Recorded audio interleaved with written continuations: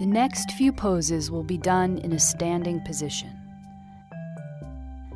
Please move slowly and at your own pace. Keep the sturdy chair nearby for balance if needed. If you find that I'm talking faster than you are moving, please take your time and do fewer repetitions. Take a nice deep inhale and exhale. Place the feet about hips-width apart and grounded on the floor. Lift the toes and spread them nice and wide, and feel the navel pull gently in towards the spine. Push the toes into the floor and lean forward just a little bit. Feel the muscles that keep you steady. Lean back just a little bit and feel the toes come up. Feel the muscles that keep you steady in this position. Now push all four corners of the feet into the floor. Notice the steadiness of mountain pose. Notice how the steadiness of mountain pose feels. On the next inhale, roll the shoulders towards the ears, back and down so the shoulders are slightly open. Let the palms rest open to the side. Inhale and let the arms rise with the palms facing up. Exhale, bend at the elbows and allow the hands to come down the center line. Sink into the knees just a little. Repeat this again. Inhale, lift the arms with the palms facing up. Allow the hands and face to be relaxed. Continue with this movement at your own pace. Breathe as you move and try to coordinate the breath with the movement.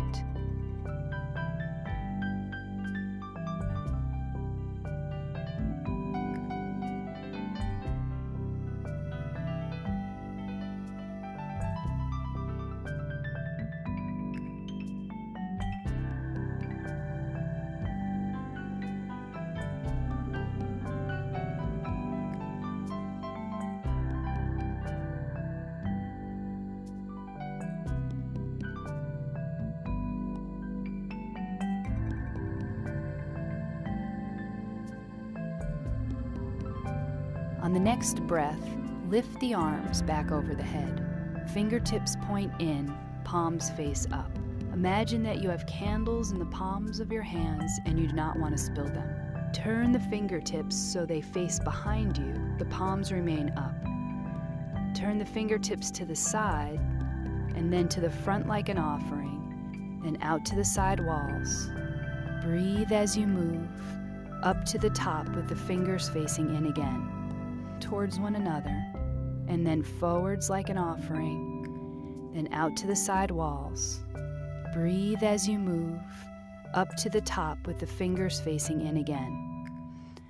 Let's do this rotation one more time.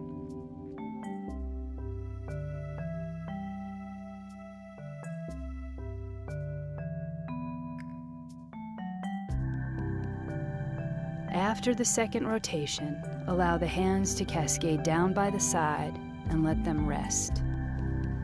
Pause for one slow inhale and exhale. One more breath. Inhale, exhale. This next exercise is excellent for strengthening the spine and gently stretching the muscles of the back, front, and sides. Attempt to make the movement easeful and gentle. We will do these movements with various arm positions. The first arm position is the easiest. Please be sure to stay with the one that feels best for your body. We will demonstrate them all. Take the right hand to the waist and then the left. Roll the shoulders open. And on the exhale, lean to the right. Inhale to the center. On the exhale, lean to the left. Inhale back to the center. Roll the shoulders up, back, and down. And on the next inhale, gently pull the navel towards the spine. Pull the shoulder blades softly together. Get a small lift in the chin and feel a sense of lengthening through the front of the body. On the next exhale, begin to fold gently forward. It does not have to be all the way. Bend the knees slightly. Inhale and rise back to a standing position. Open the left arm to the side. Keep the elbow bent. Leave the right hand on the waist. Inhale. Exhale, lean slightly to the right, and then return back to the center. Bring the left hand down to the waist. Lift the right arm. Inhale. Exhale and lengthen to the left. Return to the center. Roll the shoulders open. Gently pull the navel in towards the spine. Pull the shoulder blades softly together. Get a small lift in the chin. Exhale and fold forward halfway. Inhale back to standing.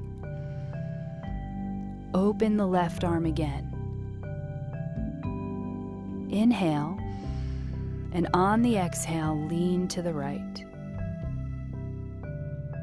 Inhale and return back to the center. Place the left hand on the waist. Lift the right arm. Inhale. On the exhale, lean to the left. Inhale and return back to the center. Roll the shoulders open. Lengthen through the front of the body. Slightly pull the shoulder blades together. Get a small lift in the chin. Exhale and fold forward. Knees slightly bent. Inhale and return to standing in mountain pose. Pause for a moment. Inhale and exhale. For this warrior sequence, attempt to keep the movements gentle and relaxed. If you notice that you are struggling, move the feet closer together. Lower the arms or make the movements smaller. This pose is great for strengthening the legs, respiration, and opening the shoulders. Step the left foot forward just a few feet. The back foot points in at a 45-degree angle. The front knee bends and the hips face front if possible. Inhale, open the arms and bend at the elbows. On the exhale, bring the hands and elbows towards each other. Inhale, open the arms and push the heart softly forwards. Relax the shoulders. Exhale, bring the arms together. Inhale, open the arms to where you feel comfortable. Exhale, relax the arms inwards. Inhale, open and expand. Exhale, contract. Inhale, exhale. Bring the hands back down by the side, return to mountain pose. One breath here. Inhale, exhale. Step the right foot forward. Take a moment, there's no rush. Ground the back foot into the floor. Bend the front knee.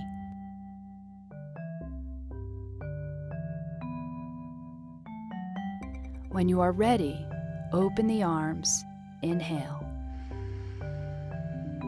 Exhale, bring the hands and elbows towards one another. Inhale, open the arms. This is a relaxed opening in the chest. Exhale, bring the hands and arms towards one another. Inhale, repeat again, creating spaciousness with a full inhale. Exhale, contract and relax the arms slightly. 2 more times at your own pace. Inhale, open. Exhale, close. Let the hands rest down by the side and return back to mountain pose. Pause here for a few breaths.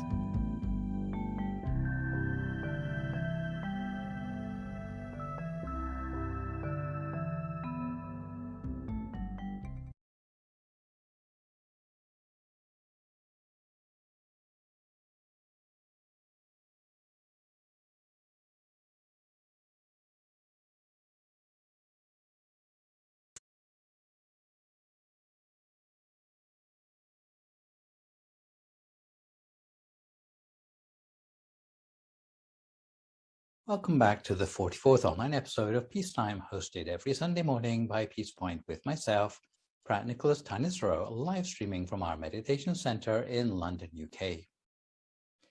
Last time you saw me, we looked at blessing number 2, associating with the wise. With the Dhamma talk today, we will continue our series on enlightened living with blessing number 3, expressing respect to those worthy of respect. So today's session will run to about an hour and 10 minutes with a 25-minute talk on the effect a role model has on the formation of one's discretion and the meaning of expressing respect. Then 20 minutes of meditation and 25 minutes explaining how to express respect and the damage brought by the lack of respect in society. As seen in previous blessings, the brightness of a person's future relies on their ability to judge the differences between good and bad habits. If their judgment is faulty, it is hard to make a success of one's life. Even though people may look superficially similar, their standards of judgment can be very different. Healthy people are born with 2 hands and 10 fingers, but some people use their hands to help people, while others ball their hands into fists and to threaten other people.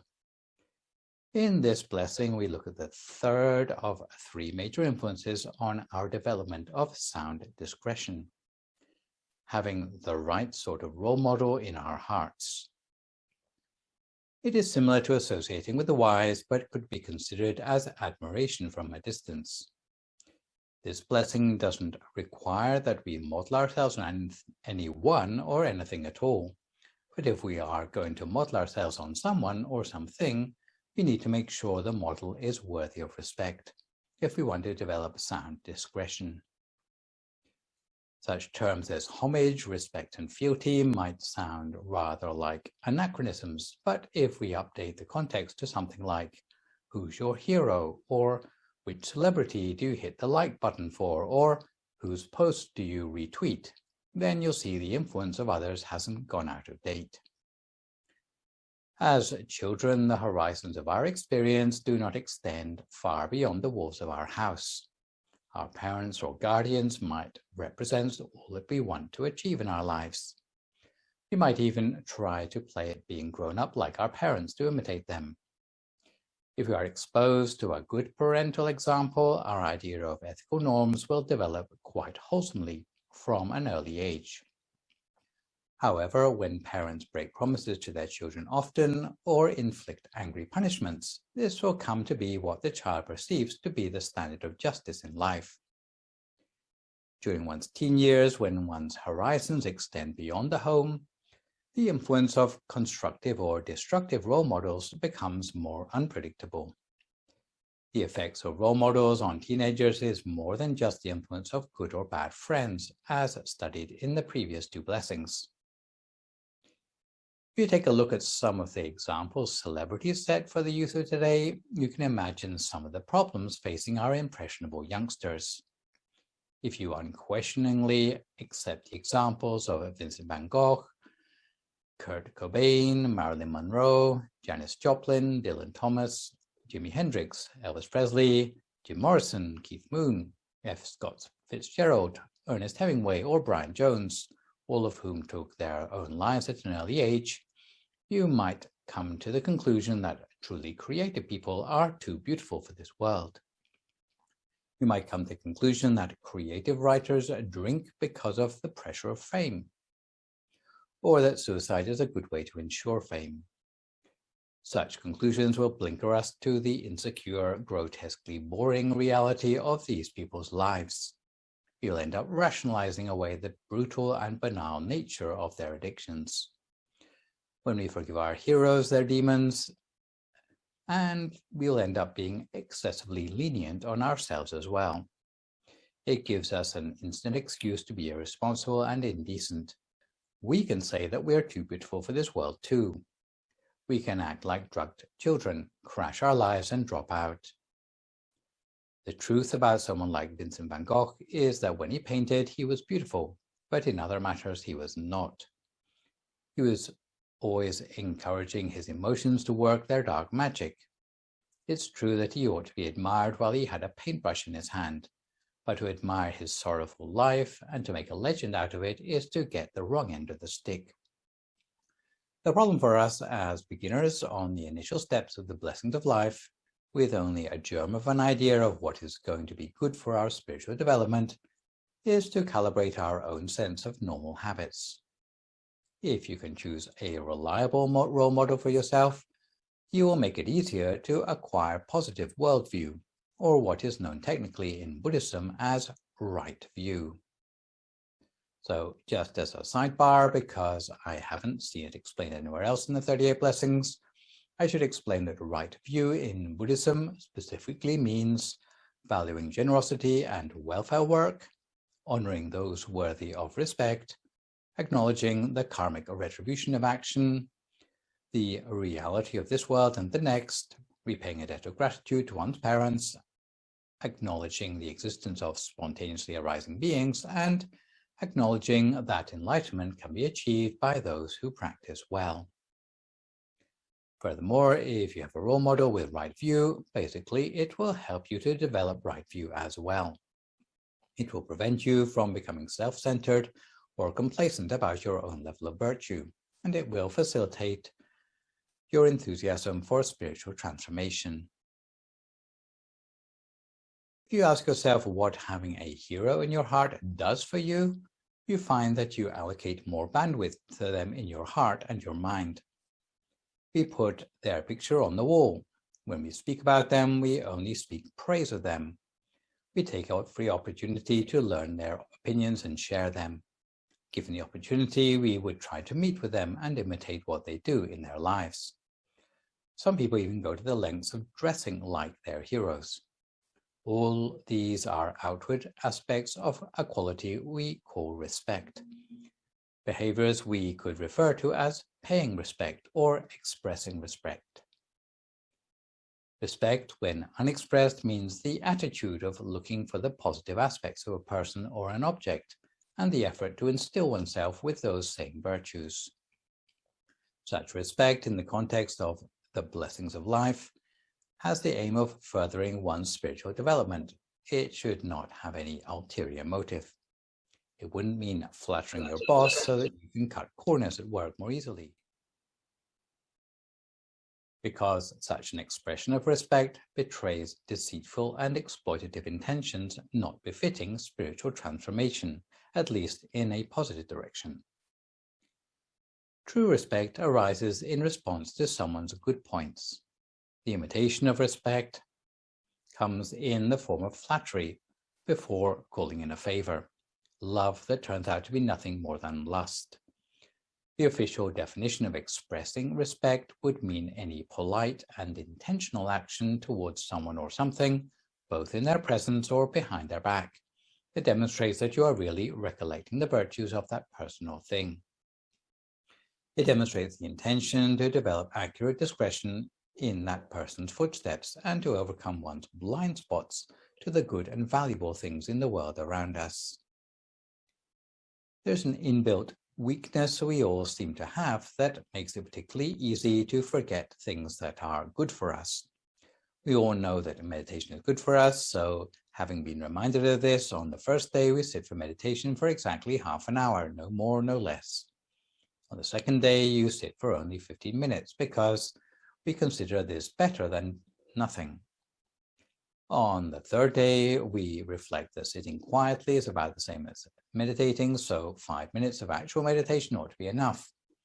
On the fourth day, because the weather is so cold that it will be understandable to take the day off. After all, thousands of other people don't meditate, and they seem to be none the worse for it. On the fifth day, we can't even remember how we managed to meditate for an entire 30 minutes. Because the effort to do good deeds is so easy to forget. Expressions of respect serve as a way to rekindle the inspiration. For all the devious behaviors in our past, I think you'll agree that it takes no effort for all those memories to come flooding back in full technicolor. Expressing respect helps us establish a firm connection with the virtues of an exemplar.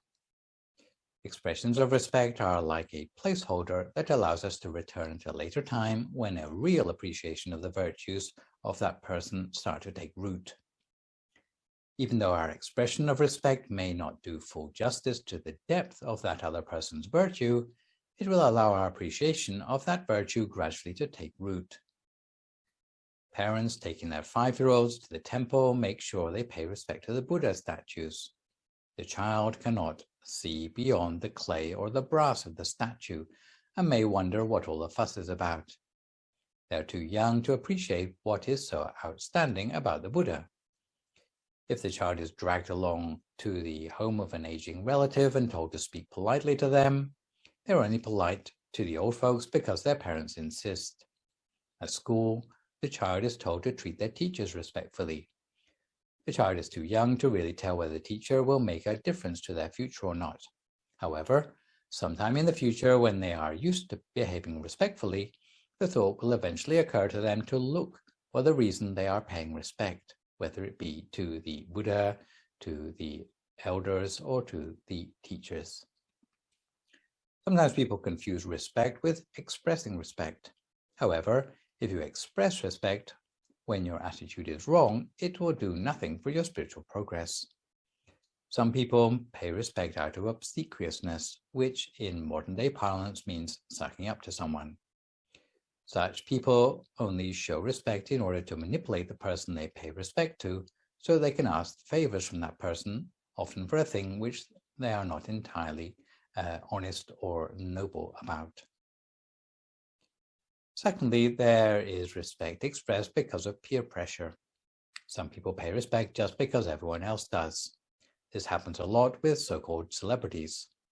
The attitude of respect may not actually pass through their mind. All they know is that they are forwarding posts, putting up the poster, or buying the merch. Therefore, all they get for their efforts is a lot of paraphernalia in their life. The third approach is respect expressed in search of wisdom. This refers to those who have an attitude of respect, who also express their respect with the determination to practice themselves all the virtues exemplified by the object of their respect. All the varieties of genuine respect can be summarized under just 2 headings. The first is homage through gifts, or amissa puja. which refers to all material forms of paying homage, whether it be putting your palms together in a gesture of respect, bowing, or even words of praise about a person. The second is homage through practice, or pati puja. This means paying homage by doing as one is taught. For example, paying respect to the Buddha by doing as he taught. As is usually the case in Buddhist lists, the item that comes at the end of the list is generally the most important or the superior one. This is why when we pay respect to the Buddha, we should emphasize homage through practice, while homage through gifts should play only a supporting role. By contrast, when paying respect to exemplars who are still concerned with worldly matters, in other words, rulers, parents, teachers, elders, and betters, homage through gifts might have more of a role, with homage through practice playing only a supporting role. To give an example, if we are to meet up with our teacher, and when we meet up with them, all we have for them is the words, "I have put into practice everything you've taught me," it might not have the same effect as bringing an apple for them, which would be considered a skillful way of expressing respect, or a bottle of wine from abroad, which would be considered an unskillful way of expressing respect. A person worthy of respect in its simplest terms would be the wise one, as we defined them in the previous blessing. The wise one in this context is someone who, by their habits or lifestyle, is beyond what we could appropriately associate with as peers on an equal level. Examples of such people might include the Buddha, monks, virtuous monarchs, parents, teachers, or employers. Especially in the Western world, with statues of the Buddha as no more than a manufactured product, sold alongside garden gnomes and home decorations in supermarkets and garden centers, it is easy to disconnect the historical figure from the expressions of respect. The sort of virtues exemplified by the Buddha are normally summarized as the three aspects of wisdom, compassion, and purity. The Buddha exemplifies wisdom so great that he could single-handedly attain enlightenment. He exemplifies compassion so great that he sacrificed the remainder of his life after enlightenment to teach the way for others to reach transcendental attainments. He exemplified purity through the excellent practice of self-discipline, primarily through keeping the monastic precepts, and for these three reasons, Buddhists hold the Buddha in the highest of respect. In our meditation centers, mostly we are invited to bow to the Buddha at the beginning and the end of the sessions. If we bow without any aspect of respect in our mind, it will benefit us no more than a yoga exercise to increase suppleness. It would be much more effective in our spiritual transformation if we reflect on the three virtues of the Buddha as we are bowing. When we bow the first time, we should reflect on the supreme wisdom of the Buddha, which allowed him to see the existence of suffering, know the origin and the cessation of suffering, and find a path to the cessation of suffering. Wisdom arising from the Buddha, having meditated until his mind had become sufficiently clear and bright to eradicate all defilements from the mind. Following his example, we should also meditate determinedly until we can achieve the same wisdom as that of the Buddha. When we bow the second time, we should reflect on the supreme compassion of the Buddha, that instead of just keeping his teaching to himself, he spent all his life teaching Dhamma to others so that they could become enlightened in his footsteps. Following his example, we should always try to find ways of being generous as our way of expressing our compassion to others. When we bow the third time, we should reflect on the supreme purity of the body, speech, and mind of the Buddha, which he cultivated through his practice of self-discipline. Following his example, we should become more resolute in upholding the purity of our own precepts. This will bring us more benefit from all the Buddha statues in all the garden centers of the world. Monastic community are also singled out for expressions of respect, whether or not they have reached transcendental attainments. Although some monks may not yet have purged themselves of all defilements, owing to the dedication of their chosen way of life, it would be inappropriate for lay people to treat them as equals. Lay people should always treat monks and clergy in general with respect. At all times, especially those who exemplify, teach, and discern virtue for us by fulfilling the following 6 duties. Firstly, they caution others against unwholesome behavior. Secondly, they encourage others to establish themselves in virtue, although these 2 responsibilities are also the domain of parents and teachers. Thirdly, they minister to others in kindness, which means extending loving kindness for the happiness of their congregation without exception. They might also visit their supporters together with their monastic fellows in order to give those congregation members the chance to hear Dhamma teachings and have the opportunity to practice generosity. Fourthly, they teach us new or beneficial things, not just repeat the same teaching each time. One of the most important functions of the clergy is to encourage the study of spiritual teachings amongst their congregation. Monks should have a large repertoire of teachings to give to their congregation, teaching without repeating themselves, so that the congregation can have a broad knowledge of the Dharma, reinforcing their right view and power of conscience. Fifth, they should clarify things which the congregation already know. If monks are talking on subjects the congregation are already familiar with, then they should enlarge on the subject in more detail than before, giving additional examples of how these teachings can be applied for problem solving in everyday life. Lastly, the monks or clergy need to show others the way toward heaven. This monastic duty particularly is special in the system of the 6 directions because apart from the clergy, there is no other social sector dedicated to this form of welfare. A good afterlife destination can also be expected by those who have lived their lives in accordance with the precepts. These 6 duties are ideally fulfilled by clergy and spiritual mentors of all religions, whether they be monks, priests, pastors, or ministers.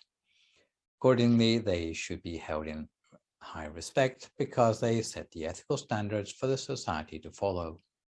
Ultimately, clergy are responsible for training the laity to become wise ones or virtuous people.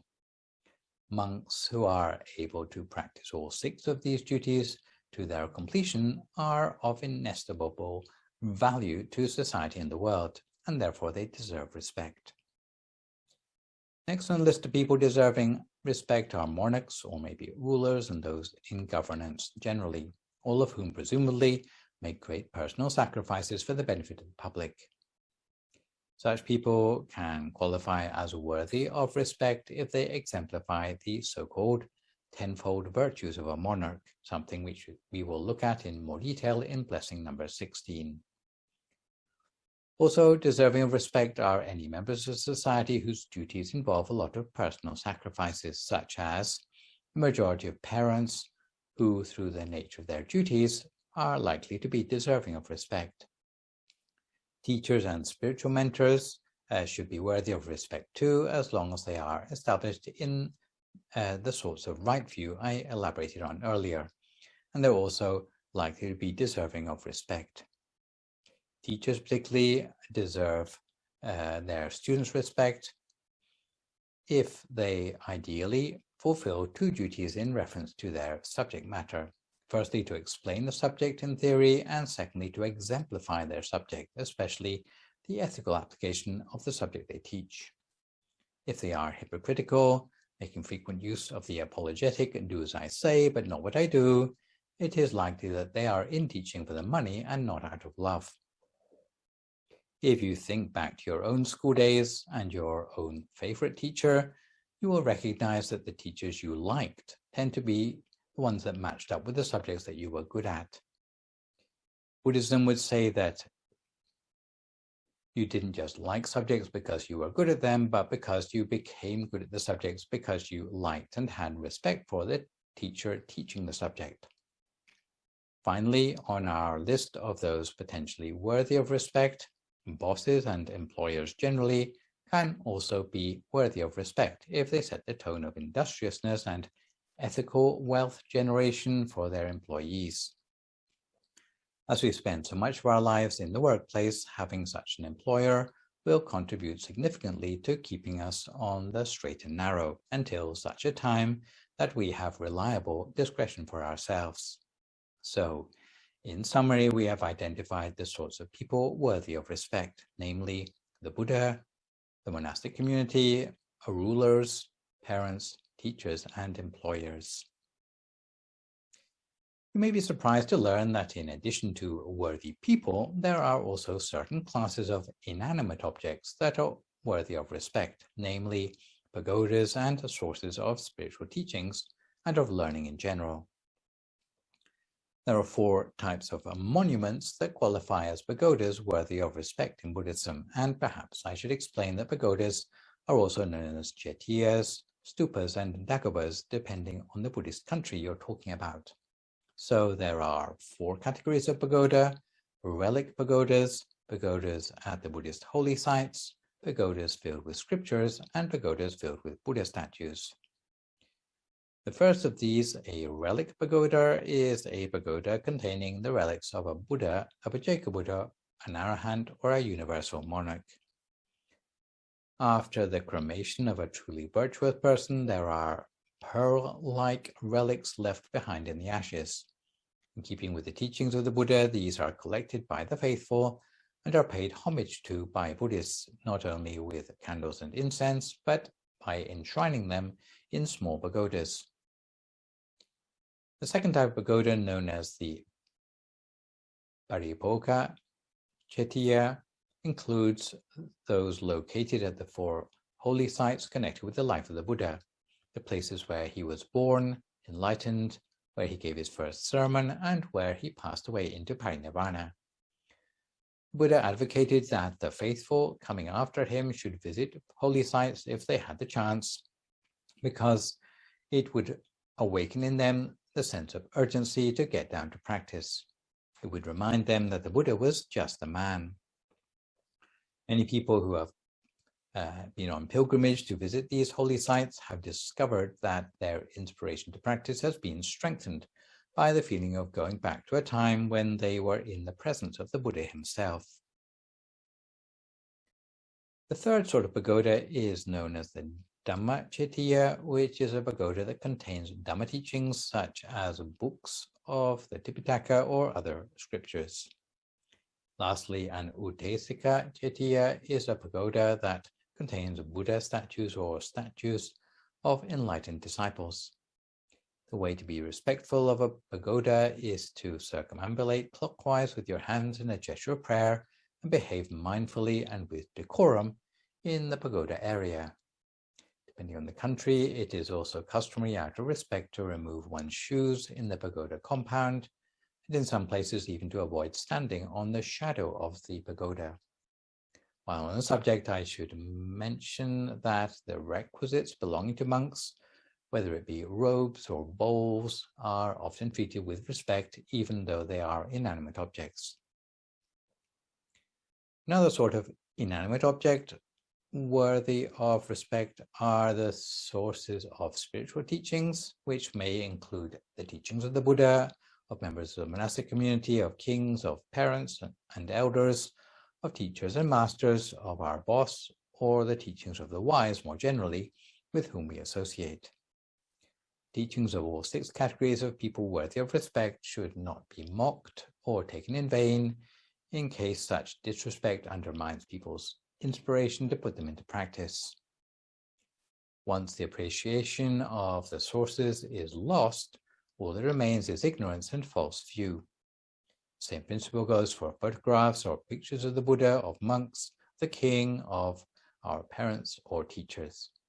Such photographs should not be left lying around or used without reverence. They should be covered or turned to the wall if not in use. Similarly, chanting books shouldn't be left lying about either, or folded up and shoved in the back pocket of one's trousers. They shouldn't be handled with dirty hands or put down on a dusty surface, and other objects should not be placed on top of them. They shouldn't be crumpled, have pages torn out, or be marked with a pen.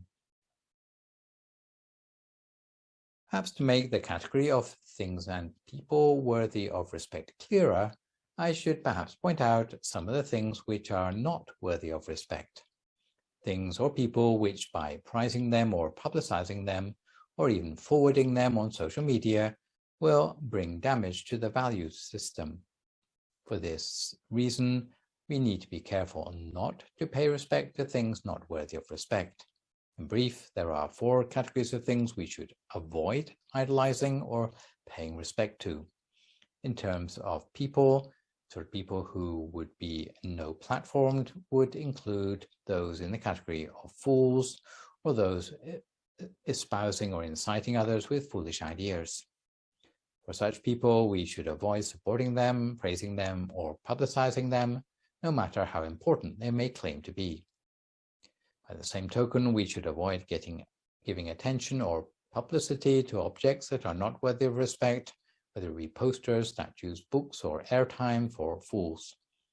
Even when the objects don't direct attention to a particular foolish personality, but are in the category of roads to ruin, such as alcohol or gambling, we shouldn't even use these sort of things to decorate our homes. Finally, even the sort of curios which promote superstition and magic, let's say Ouija boards rather than Harry Potter books, should not be kept in our home, publicized or spread about. So before we have our meditation today, we have time for a quick story to illustrate the power of paying respect to those deserving of respect for our destiny. And this time it comes from the commentary to illustrate Dhammapada, verse 68, concerning good deeds causing no regret at a later time. In the time of the Buddha, in King Bimbisara's palace, there was a group of courtiers specialized in flower arranging.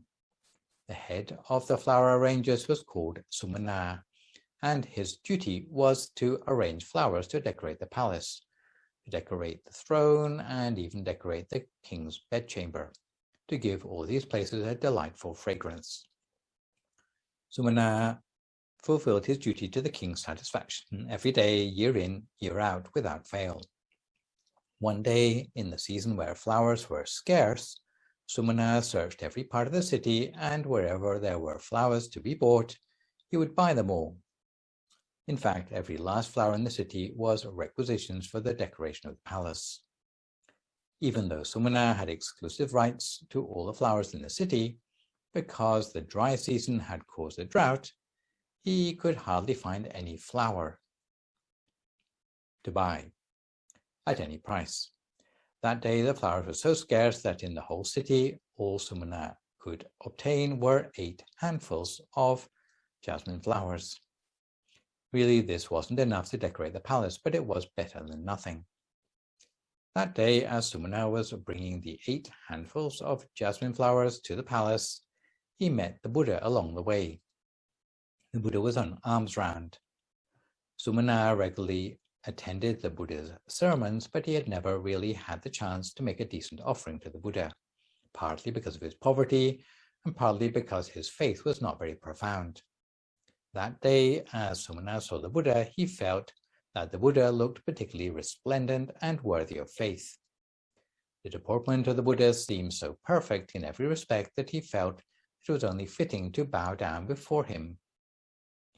Sumana's next thought was that all he had to give was 8 handfuls of flowers. If he used them to honor the king, all the king could give him was wealth to see him through the present lifetime. However, that day, by paying respect to the Buddha, it would be his chance at positive karma that would bring him benefits not just in this lifetime, but for many lifetimes to come. Even if the king were to chop off his head in a punishment, it wouldn't affect the good results of these deeds. Sumana raised the flowers to his forehead and, having made his resolution, sprinkled the jasmine flowers in the path ahead of the Buddha, with the intention that the Buddha would walk upon his fragrant offering. The Buddha saw the strength of Sumana's faith to the degree that he was prepared to lay down his life in order to make this offering. Accordingly, the Buddha created a miracle in order to bring Sumana real joy, to allow him to gain the full merit of his generous deed and lead him to attain enlightenment in the future. Therefore, as soon as the flowers were released from Sumanna's hand, the Buddha caused the flowers to float up as a cloud of flowers above where the Buddha stood, and then follow the Buddha wherever he went. At both sides of the Buddha's path, all the householders came out of their houses to see the miraculous sight, and were inspired by the sight of the flowers, which seemed to have a life of their own in honor of the Buddha. Through Sumanna's faith, together with the power of the perfections of the Buddha, the jasmine flowers sent their scent throughout the whole of the city. The scent followed the Buddha wherever he went, and this attracted everyone out of their houses to see the sight of the Buddha. Many of the householders had seen the Buddha before, but they had never been particularly inspired by him. But that day, the sight of the Buddha was so impressive that many of the householders were inspired to faith. Those who were only slightly faithful put their hands together in a gesture of prayer. Those who were more inspired raised their hands in a gesture of prayer and offered words of praise to the Buddha. Those whose faith was even greater prepared food to offer into the Buddha's bowl and followed him around to see what would happen to the flowers. The Buddha's alms round took him all over the city and eventually brought him to the front of the palace. The king heard the news and came to give alms himself, inviting the Buddha to take breakfast in the palace. As the Buddha was taking his meal and while he gave his blessing, when he returned to Jetavana temple, the flowers remained above him. But when he entered the temple, the flowers fell in a heap at the temple gate, which only added to the faith of the followers. Even Sumanna thought, if the king is to execute me now for failing in my duty, it has certainly been worth it. By contrast, Sumanna's wife worried about how her husband could have been so incredibly stupid. If he had given the flowers to the king, at least he would have got paid. But giving the flowers to the Buddha, he got nothing in return but faith. And how is that going to feed his hungry children?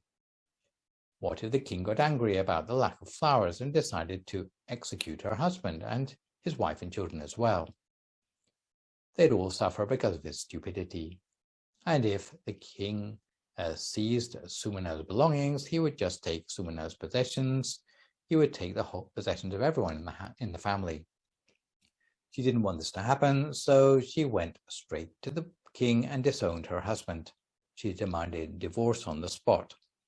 Instead of feeling angry with Sumanna, the king felt intrigued and inspired by the flower man's example and decided to give Sumanna a prize for his courage. In the end, Sumanna received his prize alone because his ex had already gone into hiding. When the story reached the ears of the Buddha, the Venerable Ananda, who's the Buddha's secretary, asked the Buddha about the fruits of Sumanna's faith on that occasion. And the Buddha replied that with the strength of faith, that someone is prepared to lay down their life, such as that of Sumanna, faith is very deep-rooted in that person's mind. Sumanna's mind had been very radiant, and accordingly, he predicted that for at least 100,000 aeons henceforth, however many rebirths Sumanna took, he would be born in only the human and the heaven realms. After the appropriate length of time, Sumanna would become enlightened as a Pacceka Buddha. This is why the resulting brightness and clarity of mind will stay with a person expressing homage to the Buddha through the course of many lifetimes.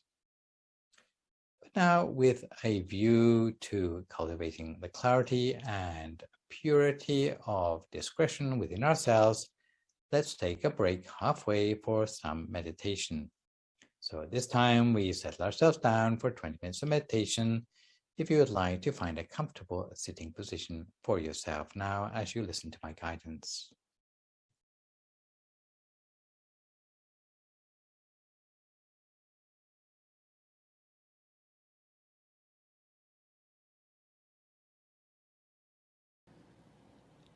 So if you'd like to settle yourself now for some meditation,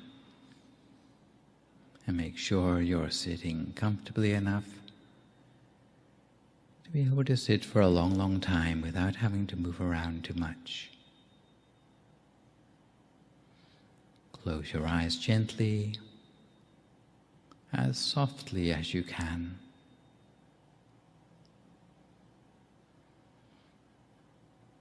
And as usual, we take a few good deep breaths to ourselves.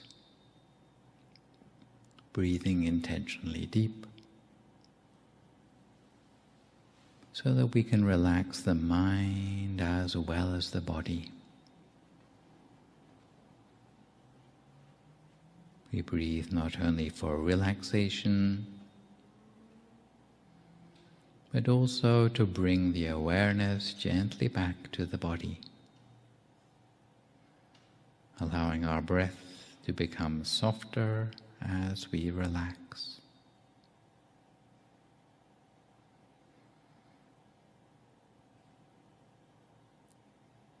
And the position we adopt should maintain our back fairly straight and our neck upright.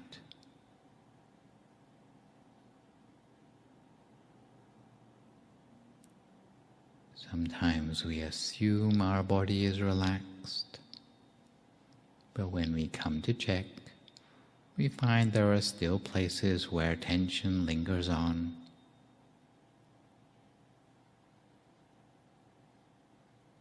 So we take a few moments to examine every single part of our body,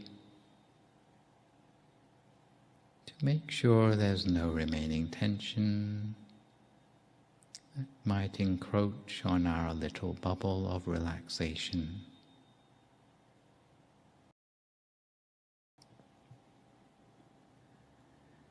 We relax our shoulders.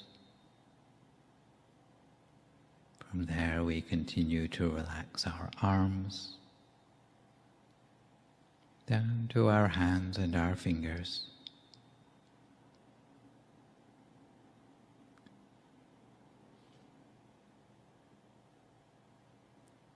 Relaxing our torso and legs, down to our feet and our toes.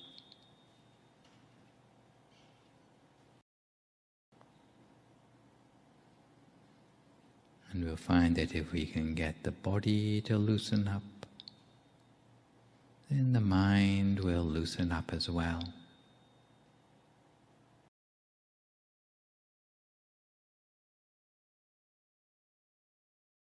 There are many signs that we need meditation in our lives, and most of them are to do with the calming of the mind. It may be because you're anxious about the past, or because you worry about the future. You may feel guilty when you're not busy, or you may still be trying to multitask in spite of all the mistakes you're making. You may worry about good experiences coming to an end. Or you might simply want to live life more mindfully. But whatever your motivation from here on in, we're going to let go of anything that's still on our mind by not thinking of those things.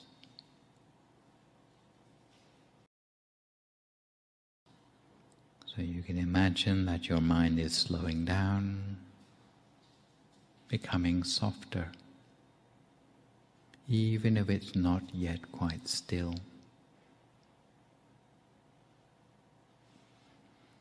So with the consciousness inside the body, you put aside any worries or concerns in the mind and conjure up a sense of happiness and joy inside the mind, like tiny particles, completely filling our body and mind.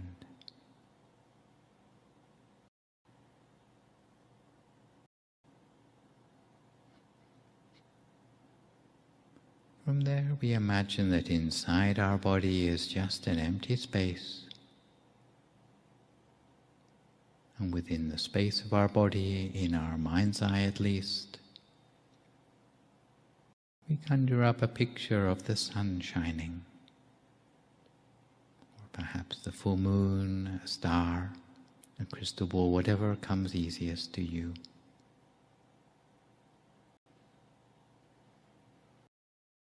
In order to come to the center, we just reach with our awareness,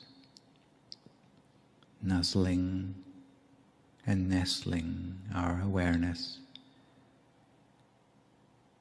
up against the feeling inside the body center. So we allow our awareness to gravitate down towards the abdomen, not rushing, but reaching with the awareness towards the center of the body, which is like a point of reference or an anchor for the mind. That from now on will help prevent the mind from wandering.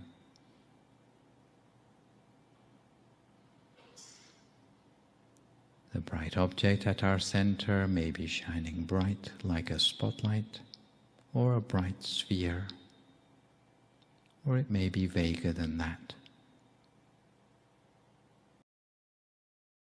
In the beginning, the imaginary inner object may be more of a feeling than something we see. We may feel the presence of that bright ball of light rather than seeing it. And whatever form the object takes, we stay with it, graciously accepting any form it may take.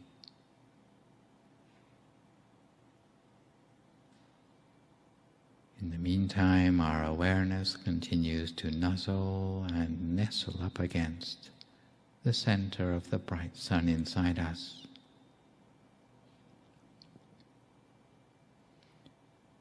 And we observe as if actually inside the sun rather than looking down at it.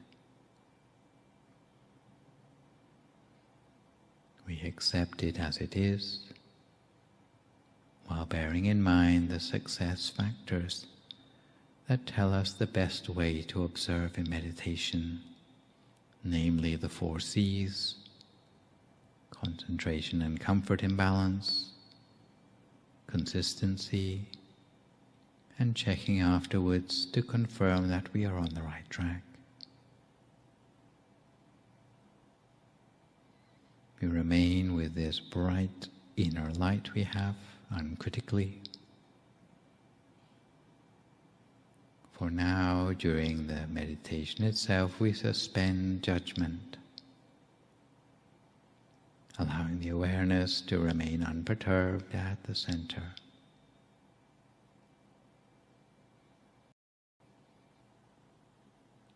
The longer the mind has an unbroken connection with the center, the more we can connect with the profound sense of peace that comes from inside.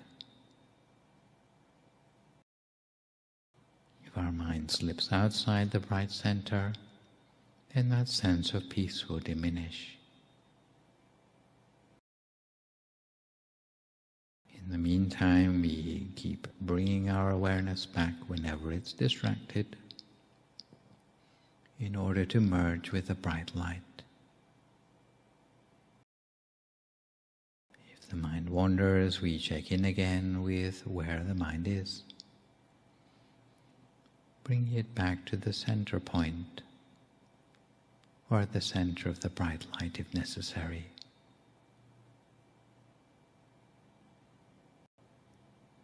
In the meantime, we keep the mind neutral and free of questions or commentary.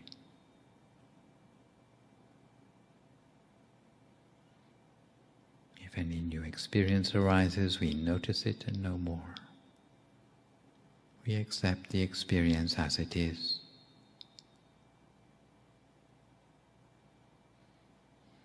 We maintain an observant mind that just accepts what the experience is.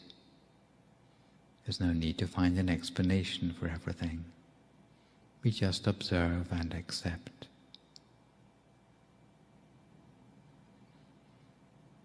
And if we should have thoughts in the mind, we do our best to ignore them, or at least not to elaborate on them.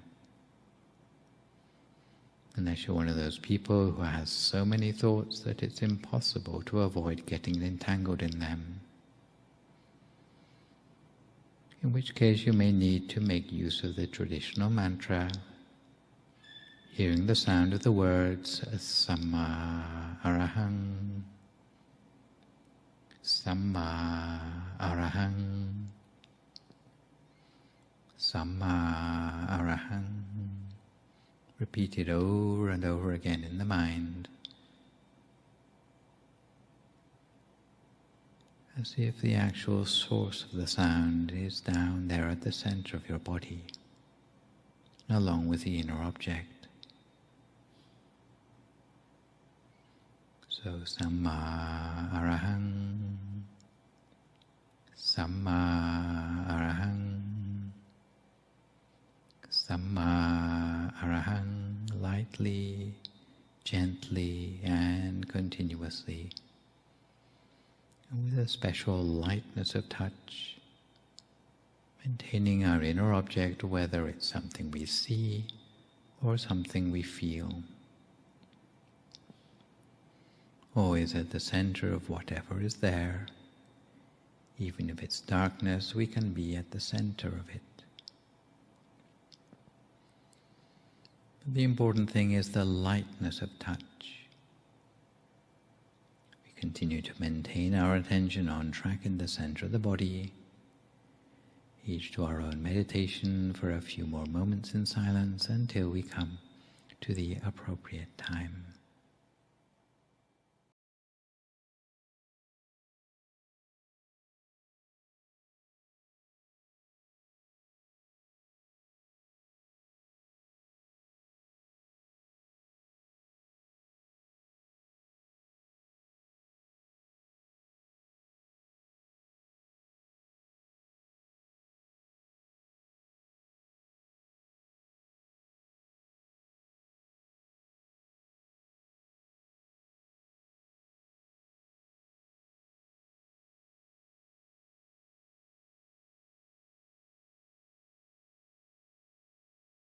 Don't forget, if the mind wanders off onto other things, each time you realize, simply bring your attention back again to the center of the body as before.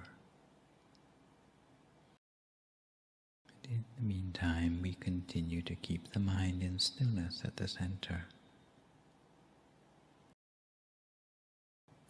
And as the peace energy keeps flowing in, we begin to notice a feeling as if we are becoming lighter. Feeling light is an indicator that peace energy is continuing to accumulate in the mind. Because energy, unlike matter, has no weight. If we have a lot of peace energy, our bodies will naturally feel less solid. Little by little, even without intending it, we feel as if we're becoming lighter. This energy lightens up our sense of being, leaving us with a feeling of weightlessness and transparency that spreads throughout our body and connects even beyond the limits of our body. And we will feel its expansion. In spite of the novelty of the experience, we maintain a mind free of questions or commentary. We don't encourage a skittish mind because a skittish mind is unable to connect with the peace energy. Meanwhile, we remain at the soft nucleus of the inner experience for a few more moments in silence.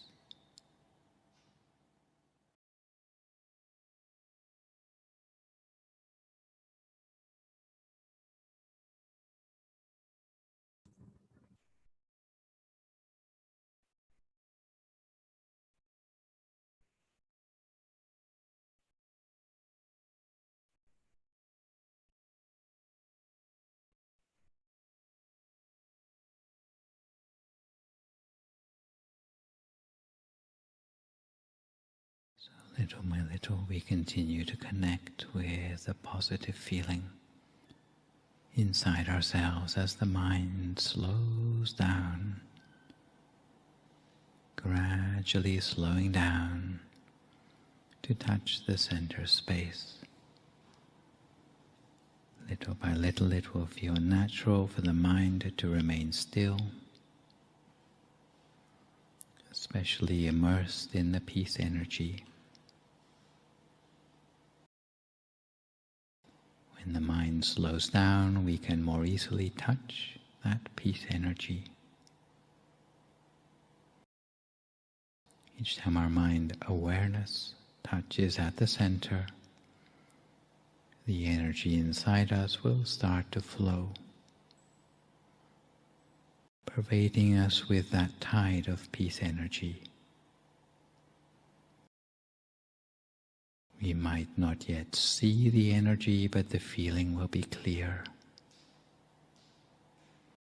And the feeling of that peace energy continues to feed into our meditation. Of course, the subtle changes in the mind are not yet awakening or enlightenment, but yet the merit energy, being gradually accumulated, paves the way toward transcendental attainment. Without this energy, we can't go any deeper in our meditation, which is why we need to remain present, allowing ourselves to be filled to the brim with this peace energy. So we bide our time as the mind gradually fills with peace energy, a process that may require our patience. In the meantime, we rest the mind emotionlessly in order to connect with the stream of energy.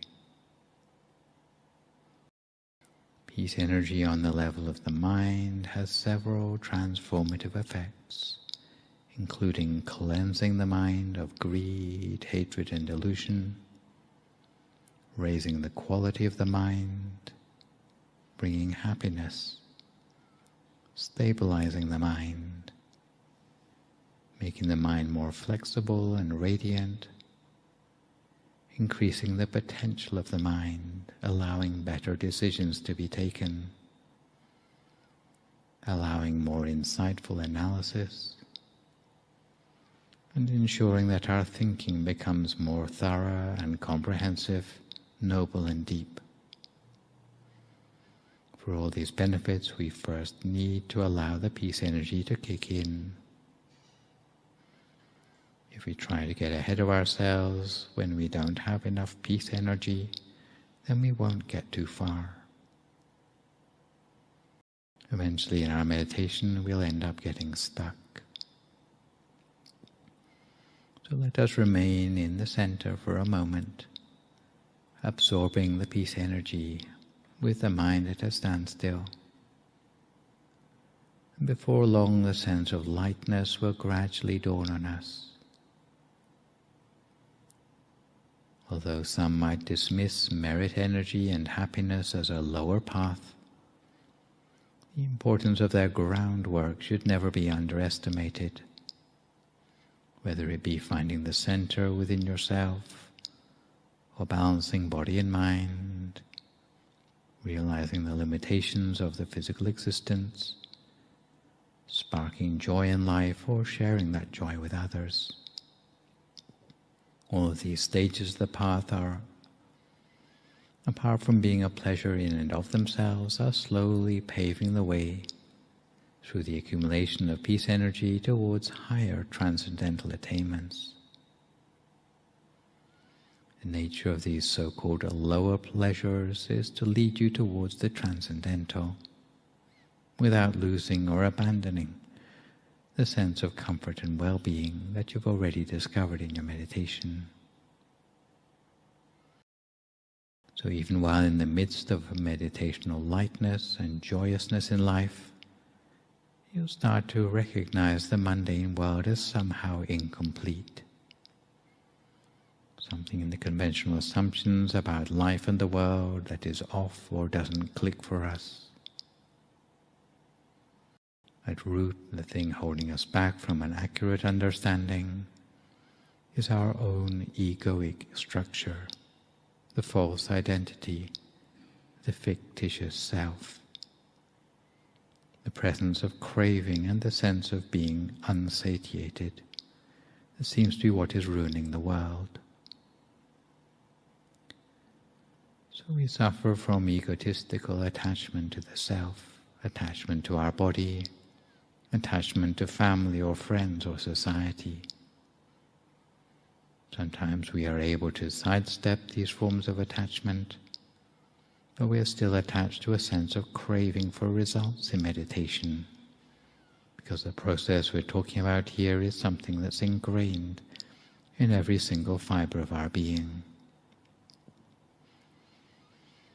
But with the help of our newfound meditational calm, we can slowly pull back, open and part the veil of delusion. And in this respect, the effort to succeed in meditation and success itself are sometimes as different in nature from one another as a rainbow is different from the rain shower that caused it. To provide the missing pieces in our understanding, we have to rise above the craving to have, the craving to be, or craving not to be. In other words, the mind needs to be neutral but comfortable. If your mind is truly neutral, you'll have the feeling, if I see something in my meditation, that would be good. But if I see nothing in my meditation, that would also be good. Especially when there's a feeling of expansion in your meditation without any anticipation of what will happen next. You also find that any day when you feel happy all day long and there's nothing to annoy you, then you'll be able to meditate particularly well, without the temptation to try to possess enlightenment or grasp at it. We need to go beyond the craving the Buddha referred to as the second noble truth, or grasping, tanha, that never-ending thirst for more of everything, and all-consuming and self-perpetuating assumption that makes us believe we need more, which explains why everyone in the world seems to be busily consuming and eating up the whole world. A tendency to grasping has created a deluded identity in every person that makes them believe they have the right to destroy natural resources to quench their unending thirst for more. And this tendency to greed ingrained in the mind of every person will gradually be uprooted and cleansed by meditation, as our meditation dovetails gently from the warm, fluffy feeling to a change in the way we look at the world that aligns more closely with reality. There are many paradoxes surrounding the art of meditation. Some examples of this are the gateless gait and non-duality. Zen koans like that of one-hand clapping. But no less confusing for the conceptual mind is the paradox of benefiting without benefit being something we can own, which is particularly true for meditation. It's also a paradox to gain benefit when the benefit is no longer personal or egotistical. So from its roots in the feel-good merit energy, meditation starts to have a permanent transformation in the way we see the world. Even as merit energy that keeps on running through you, it allows us to see through the delusions, in the illusions of self, and have greater potential to be present. There's more inspiration and energy throughput available to us as we meditate more deeply. And there's greater merit energy that we're able to access through our body-mind structure. and no longer feel caught up by identification with dramas, with the many problems that people find themselves in. It offers us a greater scope for compassion, love, creativity, lightness, harmony and joy, because it's not stuck in a web of delusion, propped up by fear. All of these things become more accessible to us. A lot of the concerns around death will have fallen away by now, because what we have already experienced in meditation is a death of the ego in a way, which is why they call it to die before you die. And so now that that has been experienced, so much more of life is available. Because if you aren't afraid of death, then you aren't afraid to live either. It gives us the ability to coexist with paradox. Life no longer needs to make conventional sense, because once you've been through this process of transformation, everything makes sense in this new, very different way. And there's more magic in life. The magic of paradox is alive and well, because now you've seen through what everyone else has ever told you about what you are and who you are. You perceive more clearly than previously that you're overcoming the limited myopic human consciousness of the egotistical structure. And from this stage forth, beyond all these limits, you'll find yourself empowered positively, integrating body, emotions and spirit in alignment. That renders life much more positive, where you can wake up every day and jump out of bed and feel happy, and make your way through everyday life with a bounce in your step. Fully realizing now how merit energy can pave the way toward transcendental progress in our meditation, we focus our mind in this way for a few more moments in silence until we come to the appropriate time.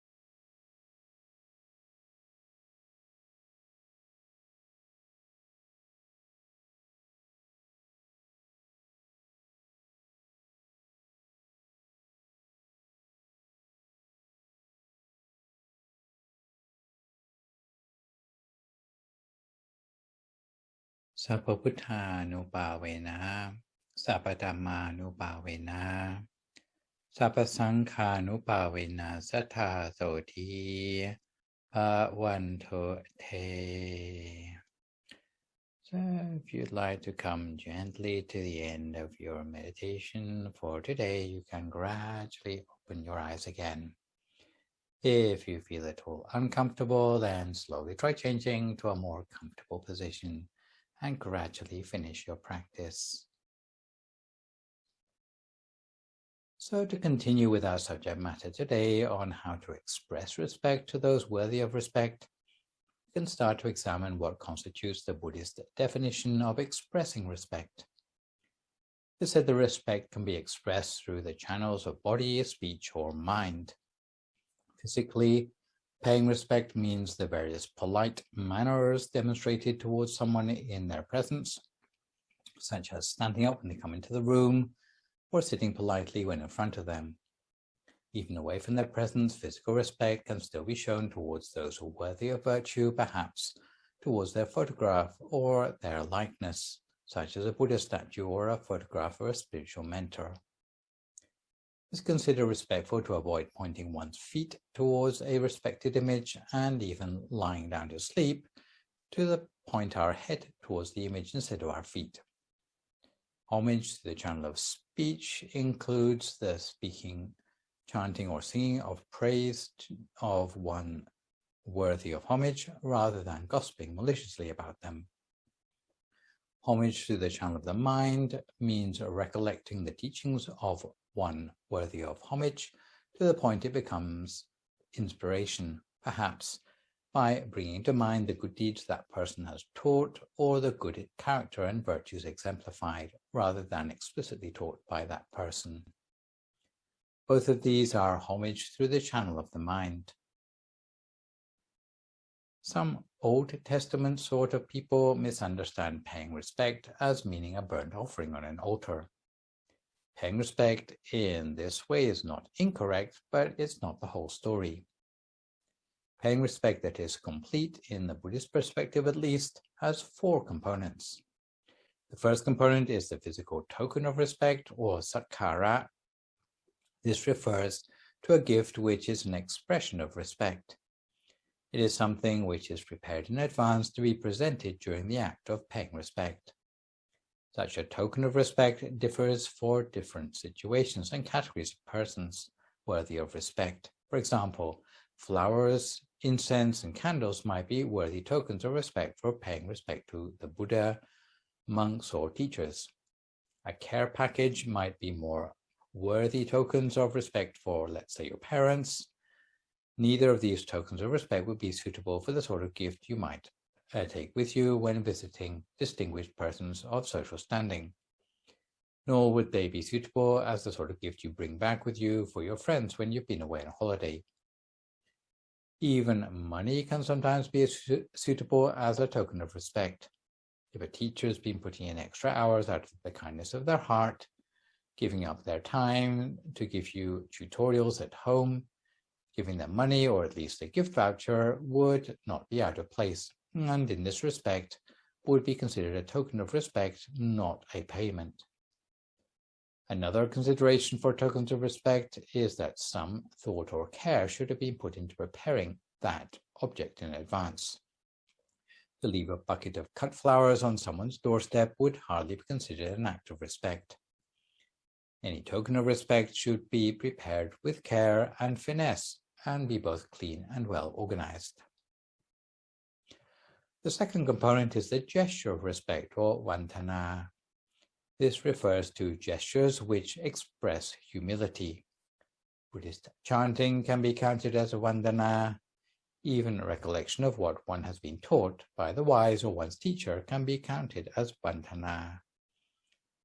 The third component is the attitude of respect, or manana, since the word respect consists of the stems re, which means again, and spect, which, like the word spectacles, means to look at. In this case, the word respect literally means to re-examine a person for their good points. Given that all people except the Buddha are made up of a mixture of both good and bad, a special effort needs to be made to look for the good points in people. Apart from noticing these good points, part of respect is to praise them for these good points and use them as a good example to model ourselves upon. The fourth and last component is the concern for the object of respect, or karukara, which refers to an attitude of concern for the well-being of the person who is worthy of respect and recollection of the good deeds and virtues of that person. So, in conclusion, a complete act of paying respect will have all 4 components: a token of respect, a gesture of respect, an attitude of respect, and concern for the object of respect. To look at the issue of expressing respect from a different perspective, if the worthy are not respected and celebrated, they will not live up to their name and may become undisciplined. In many cases, for Buddhist monks who are not treated with respect, they may become less motivated to cherish their congregation, meaning that the congregation start to lose their sense of responsibility for their own human dignity. turning their back on the 5 precepts. The monkhood will be unable to attract those of high caliber into its ranks, further undermining the faith of the lay congregation until eventually the whole religion will end up on the rocks, because transcendental attainment becomes increasingly inaccessible to monks and lay people alike. All become increasingly entrenched in false view, with no accurate knowledge of the Dhamma teachings. Lack of respect will deteriorate into slander of the clergy and monks, leading to a loss of financial support for clergy and monks. Further down the line, there will be desecration of religious property and establishments and embezzlement of religious donations. Some people claim to have a lost interest in doing good deeds because they see so many examples of hypocrisy in the clergy. When such attitudes abound, even the clergy, who are well behaved, become unable to pass on their knowledge to others because the public are not interested to listen to the clergy anymore. All they want are the material trappings of spirituality, such as holy water and amulets, instead of thinking to transform themselves spiritually for the better. Since religions such as Buddhism can only survive through the voluntary support of the congregation, eventually there will be no one left to perpetuate the religion, leaving the congregation with no one to turn to for spiritual guidance, leaving people mired in superstition or animism. As I don't want to end on a depressing note, let me finish with the story of a woman whose life was transformed by an act of paying respect to those worthy of respect. The story takes place 2,500 years ago, at a time the Buddha had just recently passed away into parinirvana. After the Buddha's funeral, the newly reformed King Ajasatru, who you will remember from the Devadatta story in the previous blessing, enshrined the relics of the Buddha in a pagoda, and when the ceremony was over, there was a festival to celebrate the completion of the pagoda. At that time, there was a woman who was pitifully poor, but whose strong faith in the Buddha had not diminished since the time when he had been alive. This woman wanted to join in the celebration by honoring the pagoda with flowers. The woman wasn't discerning enough to buy beautiful flowers like the rest of the people. She went and collected 4 gourds from the edge of the forest, golden yellow in color. In fact, the woman became known as Kosataki because she is named after the type of gourds that she found. There are many species of gourd. Some can be eaten, some are inedible, and some have to be thrown away, but I diverge. The type of gourd that Kosataki found were priceless because no one would pay good money for them. She picked 4 of these gourds and set off in the direction of the pagoda with the full intention to offer them in homage to the Buddha. But she was in such a rush that she didn't look where she was going, so fixed was her mind on making the offerings at the pagoda. In her path were a cow and a calf. The cow saw the determination of the woman and thought she meant to harm her calf. So the cow went on the attack and gored the woman to death before she could even reach the pagoda.